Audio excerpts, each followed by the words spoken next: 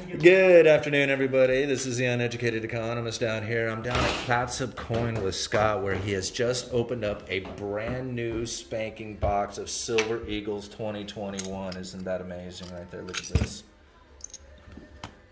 I'm trying to give you a good background. Yeah. I'm trying to keep the shadow of my phone out of it. There we go. Very cool. 2021s. Very awesome. So we opened up a monster box of silver. How many ounces are in a monster box? 500. 500. And each tube has 20 in it? Yes. And 25 tubes? Yes. Very cool. So I am interested in buying some of these 2021s. How much are we selling these things for today? I'm going because I'm literally one of the first people in 100 miles. Mm-hmm. My friend's shop up in Seattle doesn't even have them yet, and he's a big mega dealer. $32 a piece. $32 a piece. Yeah. So we're going to pay a little bit extra premium today. I'm going to buy 3 ounces today because today is the day that I get my 2021s to add to the collection, and because I am getting them so early before anybody else is, I get to pay a little bit of a premium for it, and I'm okay with that. Now, typically, Scott, if somebody was to come in and buy a Silver Eagle from you, how much would that Silver Eagle be? Somewhere between $3 and $6. I like to try $4, but it all depends on what the market's doing at the moment. $3 to $6 over spot price? Yeah. Okay, so if somebody was to come in and say, hey, I need a Silver Eagle, depending on where we're at on it, like today's market, you would pay anywhere from $28 to $30 or so for a Silver Eagle. Okay, so that would be reasonable to guess on it. I would be offering them, if they brought some in to sell me, I'd be offering them spot, maybe a little bit more. Okay. You know? It all depends on what the market's doing that week. Okay. So that's Silver Eagles here. Now, Silver Eagle is a government-issued bullion, very much like, say, the Canadian Maple Leafs, or what other kind of, like, maybe the Mexican Libertads. What else have you got? Let me find my glasses. The Great Britain. The Great Britain. Mm-hmm. Britannias. Uh-huh. And I actually have...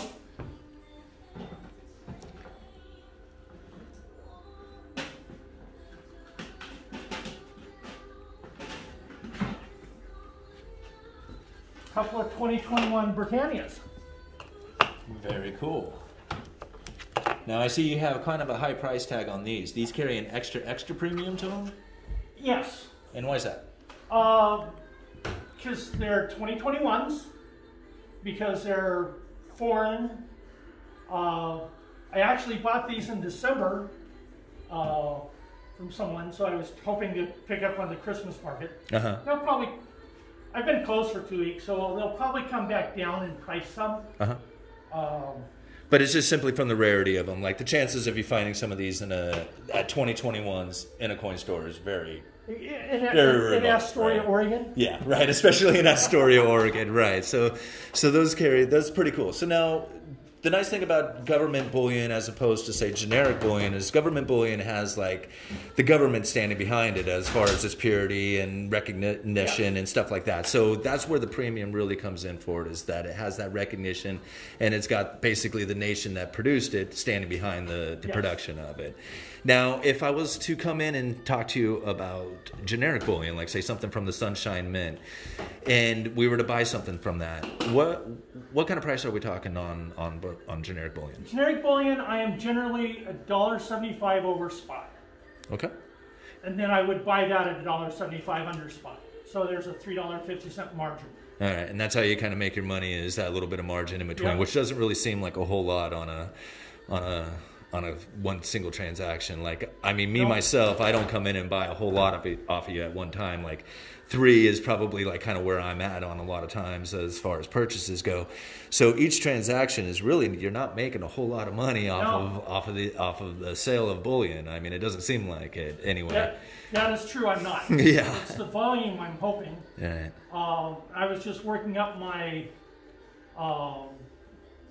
expenses for this year coming up, and I've got close to $1,100 to $1,200 worth of expenses for a shop that's 12 feet wide by 20 feet deep. Mm-hmm. You know. Yeah. The advantage is I'm the only I'm the only game in 50 miles. Sure. So. Yeah. And how much of your business is dealing in bullion? I would really have to say in the last 6 months since I reopened, probably been like say 60%. 60% of your business is done in doing silver and gold bullion trades. Yeah. Very interesting. And would you say, like, because I know you had another shop downtown, not too far from this location. 10 years ago. 10 years ago. Comparison, like, what was it like 10 years ago as far as your business, and how much bullion trade did you do then compared to now? Is it about the same, or was it I would less think or it's more? about the same. I haven't looked at numbers, haven't thought about the old shop in a long time. In a long time. I do remember as I was building the place out, I had somebody come in with literally a money bag full of silver 1 ounce rounds. Wow. And he had multiple money bags of them. And that was somebody who was local? Like a local here? Local. Wow. How many people do you think have silver as far as like just, because you know a lot of people around who, because you're the only one around, like how many people do you think really like are holding or saving in silver, do you think? If you take the measurement of a 35-mile radius, yeah, which is going to include Class 9 almost down to Longview, down to Tillamook, which is maybe a little bit more than 35 miles, up to Aberdeen, which may be more than 35 miles. There are probably 60 or 70 people that regularly will come in or will call me up once a year and say, hey, I want to come in and buy $7,500 worth of silver. Wow. You know, it's one of those that's sort of hidden in houses you wouldn't believe. Yeah. You look at the outside of the house and say, well, it's just a normal house, and yet they're holding on to 6,000-7,000 ounces. You know, amazing. You know, to think that there's that much silver in a single spot is just like, yeah. You know, I think about my little collection and it seems like a lot to me, you know, and to think that somebody has many, many, many, many times more than that, it's just, you know, it's kind of mind-boggling to me sometimes. One of the things I'm going into this next year is I was on a hiatus for 6-8 years, as you know. And during baseball season, I like to sort pennies. Yeah. And the 3.1 gram pennies, I bag up like this. It's a freezer mate Ziploc type thing. Well, it's a sealing meal. But there's 6.5 pounds of copper there. Okay. And according to my inventory, if I can reach right around behind you. Oh, yeah. Where'd it go?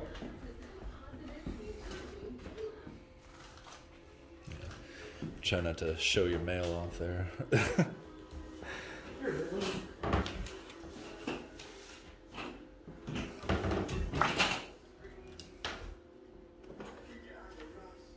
According to my inventory that I'm just still finishing off, I've got like 65,000 pennies. Whoa. All copper pennies, the pre-81s. Pre-81s.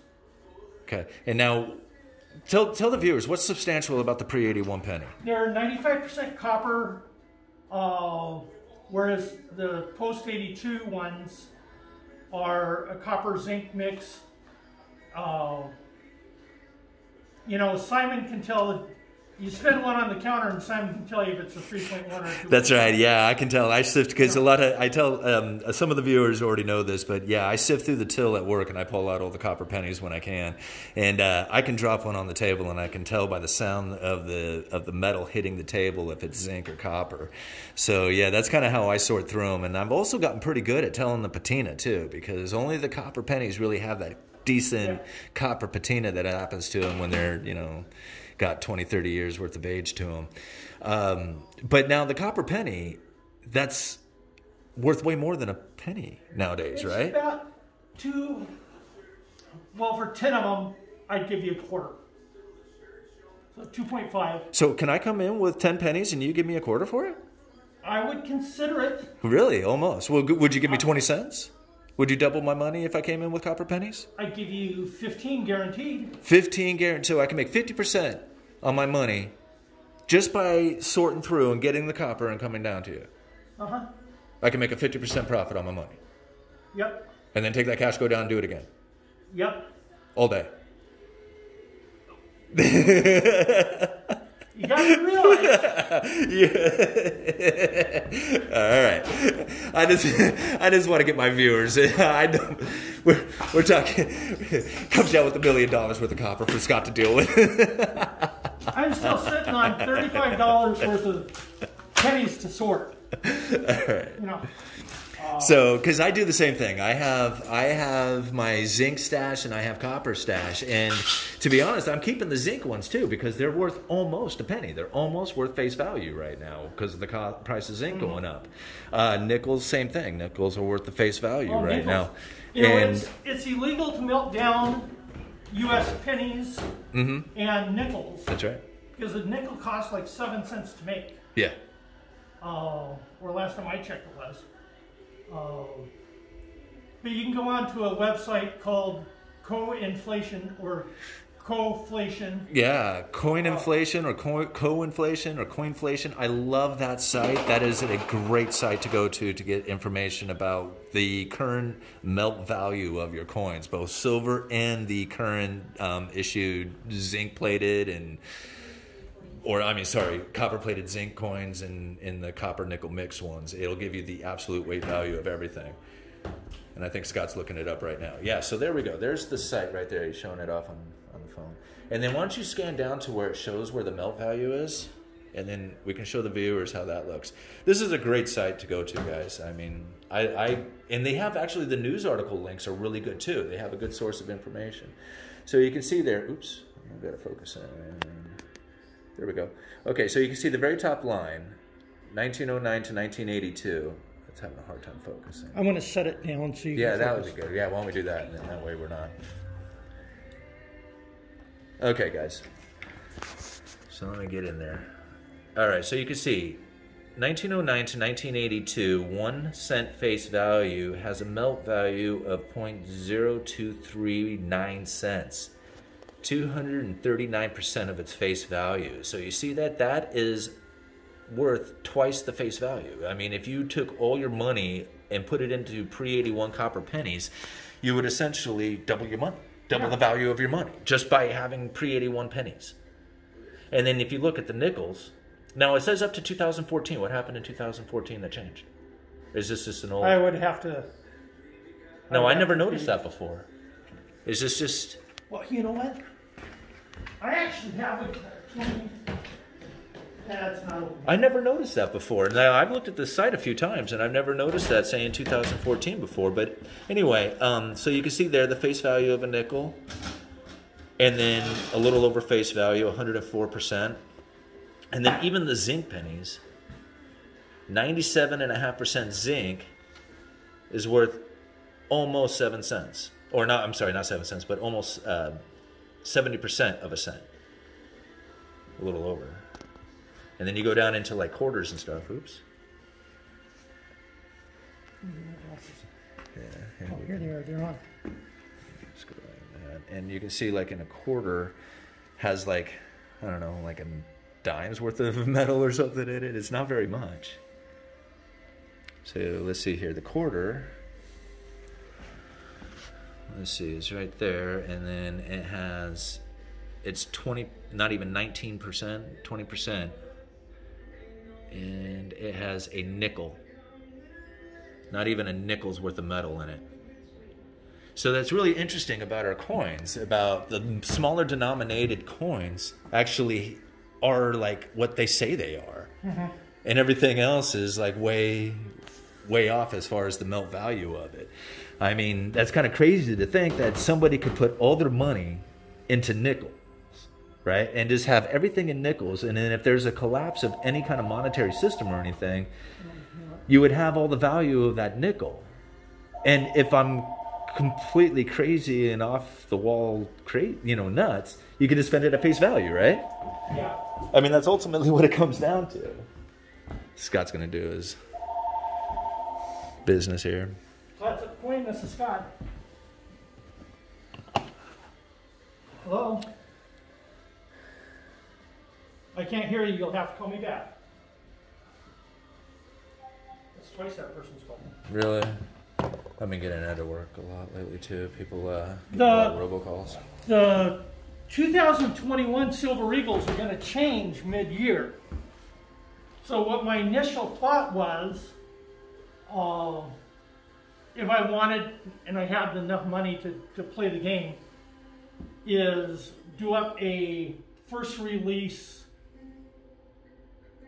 version 1 and a first release version 2, put them in one slab holder. That way you got both of them first day of issue. Very cool. MS-70s. Somebody's going to do it, I'm not going to do it. You know, that would be a fun little thing to... Sure. If you're out there and want to do it, feel free. I'll sell you the Eagles, you know. Yeah. So if somebody did want to buy some Silver Eagles from you, like one of my viewers or something wanted to buy some silver, can they do that? Or do you like mail to them? How can they contact you? I generally don't mail. No? So they would have to come to your location to buy from you, huh? Come to my location or send your money to Simon. No, don't send your money to me. That would be some kind of laundering. Well, I mean, send me money, but just for me to have, not to buy silver. You didn't want to be ran over by that bus? No. But you can come to this location. What is the address here? I'm at 205 12th Street in downtown Astoria, Oregon. Yeah. Did you want to give out your phone number too, in case somebody wanted to call you? Go for it. I'm at 503-298-3898. Right on. And, you know, I'll give a consult over the phone on something. It's, as long as you don't take up too much of my time when I have 16 customers. You know, it's just I do my job to the glory of God and serve Him. So, okay. Where Simon doesn't talk religion or politics, so. No, go for it. You can say anything you want, man. If you want to give a message out there, you're more than welcome to for the time. Money is only a tool for God to use.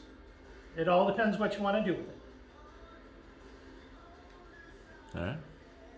Appreciate it, bro. All right, Uneducated Economist, come on down and visit Scott at Clatsop Coin. You guys let me know.